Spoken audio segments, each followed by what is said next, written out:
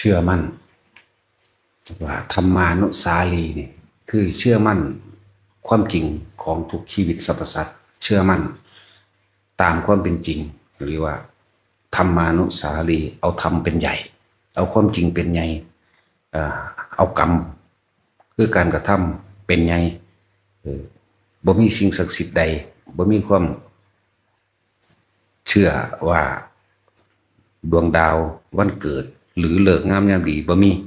แต่ว่าเชื่อตามความเป็นจริงที่มันประสบการณ์จริงในชีวิตจริงของเขาเอง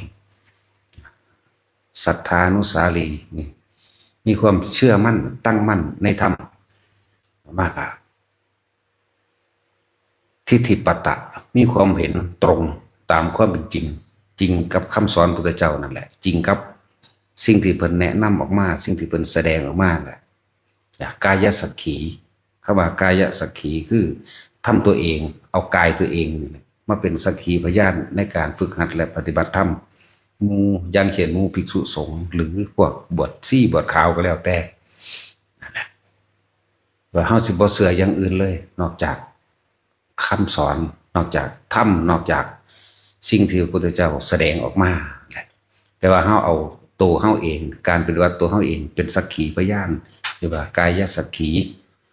กายสักขีเฮาประสบพบเหตุประสบพบต่างๆหรือการกระทำของตัวเฮาเองทิฏฐิปตะก็มีความเห็นตามความเป็นจริง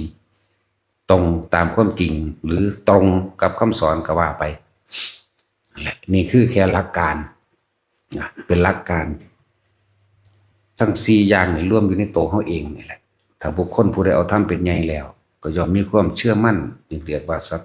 ธานุสาลีเชื่อมั่นในการกระทำของตนในการกระทำของหมู่สัตว์ทั้งหลายว่าสัตว์โลกเป็นไปตามการกระทำของตนมันเกิดจากจิตเจตนาพวกนี้ มีความเห็นตามความเป็นจริงเช่นนั้นแล้วบ่เป็นอย่างอื่นสัตว์ทั้งหลายเกิดแล้วที่จะไม่ตายไม่มีสัตว์ทั้งหลายทุกคนต้องเกิดแล้วต้องแก่ต้องเจ็บต้องป่วยต้องตายเกิดแล้วต้องพัดพรากจากสิ่งอันเป็นที่รักกายทั้งหลายเหล่านี้ล้วนแล้วแต่เป็นภาชนะรองรับความเจ็บปวดทุกชนิดความทุกข์ชนิดโลกเป็นร่างของโลกทุกชนิดอยู่แล้วมีความเห็นตรงถ้า4อย่างนี้รวมอยู่ในตัวคนผู้เดียวเนี่ยมันสิไปใส่เรียกว่าเดินตามมรรคมีองค์8มีความเห็นถูกต้องตามความจริงมีความคิดดำริกับตามความจริงพูดกับพูดตามความจริงความเพียรพยายามตามความจริงแล้วก็ละอาชีพสัมมาอาชีโวนี่อาชีพที่มันเป็นเครื่องขวางแห่งหนทางแห่งการดับทุกข์พ้นทุกข์ขึ้นพระนิพพานละออกบ่เฮ็ดเด็ดขาดพอเฮ็ดจังได๋ก็สร้างมันก็ต้องตายอยู่ดีนั่นแหละแต่ว่าสิ่งอันใดทำอันใดอันเป็นกุศลธรรมเป็นเครื่องขวางความสงบสันติของในตัวเองมีความเห็นตรงแบบละออกบ่เฮ็ดนั่นแหละว่าสัมมาสติระลึกใคร่ครวญตึกตองอยู่เสมอนะเฮาผิดเฮาถูกเฮาเป็นไปตามธรรมที่เพิ่นสอนบ่เฮาเป็นไปเพื่อความเบียดเบียนทำร้ายผู้ใดผู้หนึ่งเสียชีวิตหรือทรัพย์สินหรือไม่จังว่ามรรคมีองค์8ทิฏฐิปตะนี่แหละคือมรรคมีองค์8นะสัมมาทิฏฐิสัมมากัปโปวาจากัมโตอาชีโววายาโมเพียรชอบสัมมาสติระลึกใกล้ครวนตึกตองไปหน้าไปหน้ามาหลังมันก็เป็นสมาธิเองเป็นจิตตั้งมั่นขึ้นมาตามความเป็นจริงเองนะแล้วก็สมาธิเนี่ยว่าเป็นสมาธิเป็นไปเพื่อความเป็นจริงเป็นสมาธิเป็นไปเพื่อความหลุดพ้นเป็นไปด้วยความไม่เบียดเบียนทำร้ายผู้ใดผู้หนึ่งเสียชีวิตหรือทรัพย์สินมันก็เป็นจิตมันก็ตั้งมั่นขึ้นมาเองเมื่อจิตมันตั้งมั่นก็เป็นสัมมาญาณะเป็นความเห็นที่ถูกต้องเป็นความเห็นที่บริสุทธิ์แล้วมันก็สู่สัมมาวิมุตติเองนั่นแหละ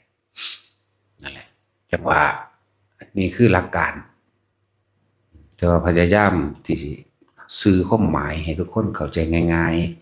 ๆมันอธิบายยากอธิบายคนบ่ได้เรียนบาลีนำถ้าไปเรียนบาลีมันก็แปลกับแปลตรงโตอีกอย่างหนึ่งแปลทับศัพท์อีกอย่างหนึ่งก็แปลความหมายเลยเฮาแปลออกจากความรู้สึกที่มันเคยผ่านมาที่มันเป็นมานี่คือหลักการแต่ว่าประสบการณ์ที่พวกเฮาพากันปฏิบัติอยู่ตอนนี้เฮาสร้างกรรมฐานขึ้นมาอันหนึ่งแล้วอยู่ในสติปัฏฐาน4อาศัยลมหายใจเข้าออกเวลา แค่ว่าอานาปานสตินี่คือหมายถึงว่าเป็นผู้มีสติระลึกรู้หรือรู้สึกตัวอยู่กับลมหายใจเข้าออกในการรู้สึกตัวอยู่กับลมหายใจเข้าออกนะแต่มันบ่มีแค่นี้เด้ย่อมมีอาการปิติต่างๆเกิดขึ้นกุตกาปิติขนลุกขนพองสยองก้าวขณิกาปิติบางครั้งก็เกิดความอิ่มอกอิ่มใจน้ำตาไหลสะอึกสะอื้นภารณาปิติมีโยกมีสันมีทรายไปนะโอกันติกาปิติมีแสงสว่างเกิดขึ้นหรือได้กลิ่นหอมเหม็นอย่างก็แล้วแต่อยู่ในหมวดนี้นิมิตต่างๆมีนิมิตภาพนิมิตรูปอะไรนิมิตเสียงนิมิตกลิ่นต่างๆนั่นแหละอุปงคาปิติเหมือนดุจดังว่ากายลอยขึ้นนี่หลังจากเรียกว่าเพียงแค่ปัทมะหรือฌานขั้นต้นตั้งอยู่เฉพาะจิตที่เป็นหนึ่งขั้นต้นมันได้เนี่ยมันจะมีปิติต่างๆหลายอันหลายอย่างที่เรามานี่หาอย่างนี่เพียงแค่เบื้องต้นแต่ผู้คนผู้มีประสบการณ์แล้วสิรู้ว่าหลายกว่านี้